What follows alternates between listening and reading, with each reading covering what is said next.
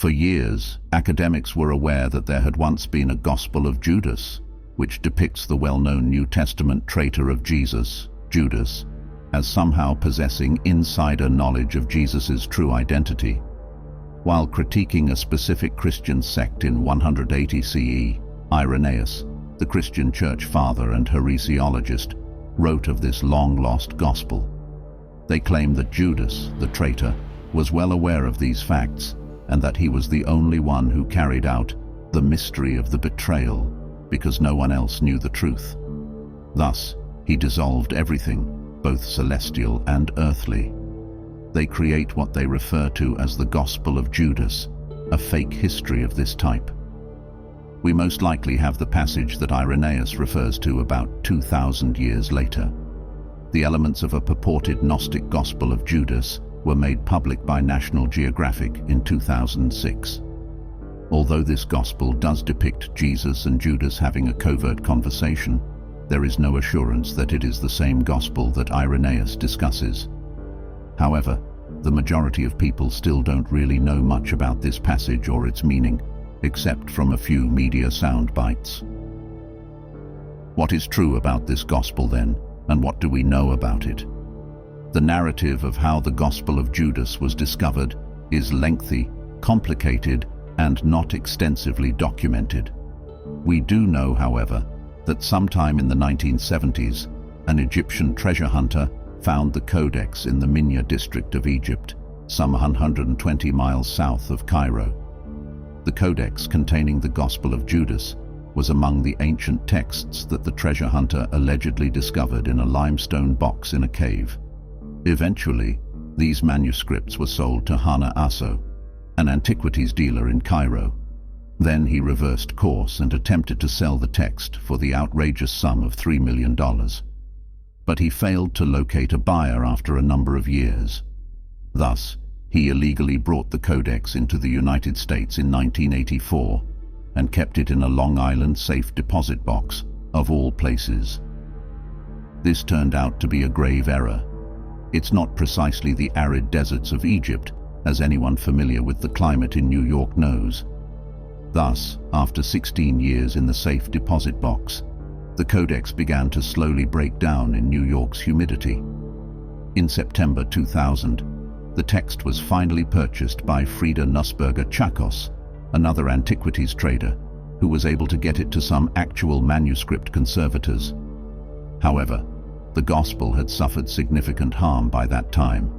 According to scholars, this negligence has resulted in the loss of at least 10% to 15% of the gospel.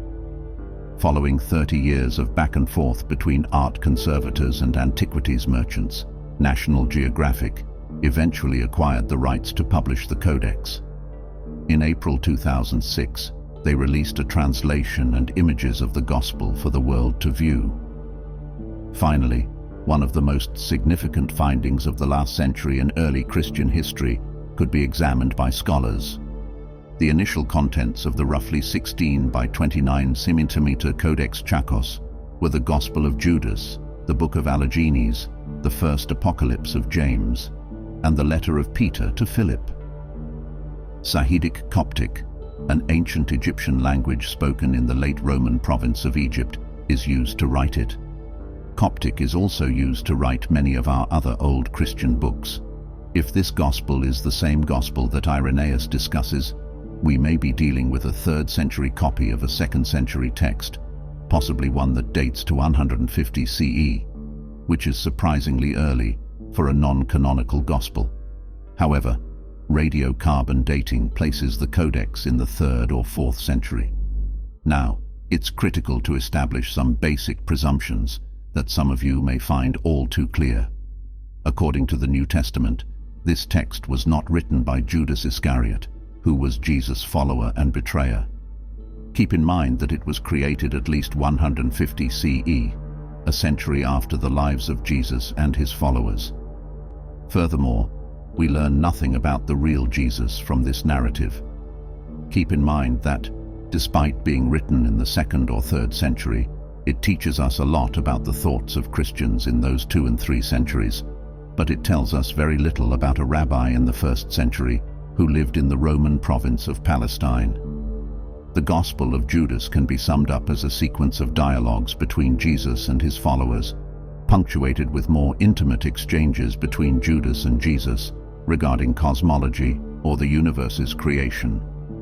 Take note of three things: the way the Gospel presents Judas himself, the way the Gospel presents the 12 disciples, and the Gospel's mythology and theology, which diverge greatly from traditional Christianity.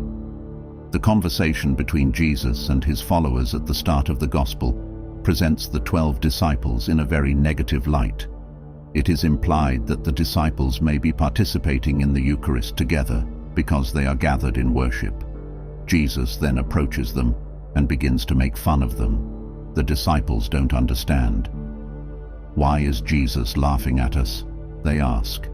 Our Eucharistic prayer is the correct thing to do. I am not laughing at you, Jesus replies. Your God will be worshipped even though you did not want to do this. Your deity. Are the 12 disciples worshipping the wrong God? Jesus is saying. Naturally, Jesus' remark has left the 12 disciples perplexed. Teacher, are you not the Son of our God? Truly I tell you, no generation will know me from the people who are among you, is his response. Quite strong remarks for the 12 guys who were supposedly most influential in the early history of Christianity. The 12 disciples are presented as irate, naive, perplexed men who are blasphemous toward Jesus throughout the Gospel of Judas. Keep in mind that we are discussing the 2nd and 3rd centuries. Orthodoxy as we know it now did not yet exist, and Christianity was not yet a well-structured institution. Furthermore, many church leaders asserted that the 12 apostles themselves were the source of their authority. Some Christian organizations may have benefited much by challenging this authority. Here, however, Judas is different. Only he among the disciples is aware of Jesus' actual character. Judas was able to stand in front of Jesus, but the other disciples were unable to do so. I know who you are and where you've come from, Judas told him. You have traveled from Barbello's everlasting world, and I am not worthy of announcing the name of the person who sent you. All right, this is when the confusion really starts. It will therefore be quite beneficial to have some previous knowledge of Scythian Gnostic theology. As you can see, a lot of academics consider the Gospel of Judas to be a Scythian document, or occasionally a Scythian Gnostic text. It should be noted at this point that Scythian and Gnosticism are highly complex and contentious concepts among scholars. Gnosticism is a contemporary term that academics have attempted to use to categorize some Christian writings, as I discuss in another video. Gnosticism and Scythianism should not be viewed as distinct ancient religions. Ancient people never used the term Gnosticism. In antiquity, no one ever declared, I belong to a religion called Gnosticism.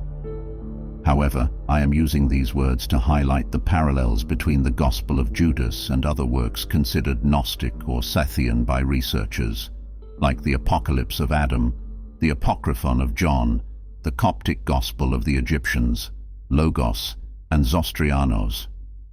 In these writings, the Scythian mythology functions as a sort of preface to the book of Genesis.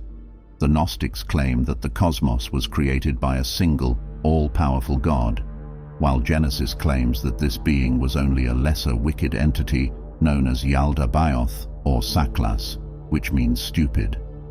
The ultimate God is an unidentified, unnameable deity who created a number of celestial beings known as aeons and archons, including the malevolent creator god Saklas, by means of a sequence of emanations, or by spontaneously extending his essence. That's why Judas asserts, you have come from the immortal realm of Barbello, and he who sent you, I am not worthy to proclaim his name. Here, Judas is referring to the ultimate deity, the unnamed deity he cannot even identify, and among the first celestial beings to originate from the supreme God was Barbello.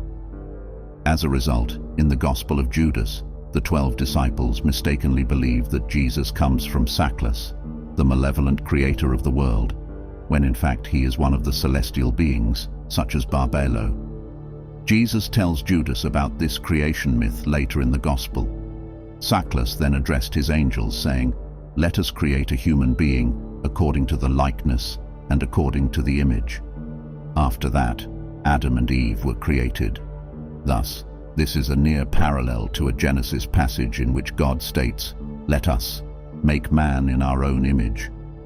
However, this tale is reversed in the Gnostic account when Saclas, a lesser, malevolent god, creates the world. Judas is unique in this situation because only he understands the true origins of Jesus. Furthermore, many academics believed that the Gospel was portraying Judas in a very positive light, while the other disciples were being painted as fools, due of Judas's hidden knowledge. Judas is shown as Jesus's closest friend and most devoted follower, according to National Geographic's initial publication of this version. However, this has since been contested by numerous academics, in part because Jesus calls Judas a demon. Judas said, "Teacher, listen to me now, for they are all here for you." Jesus responded by asking, "Why are you all paying attention? No generation will emerge from those who are with you, I assure you."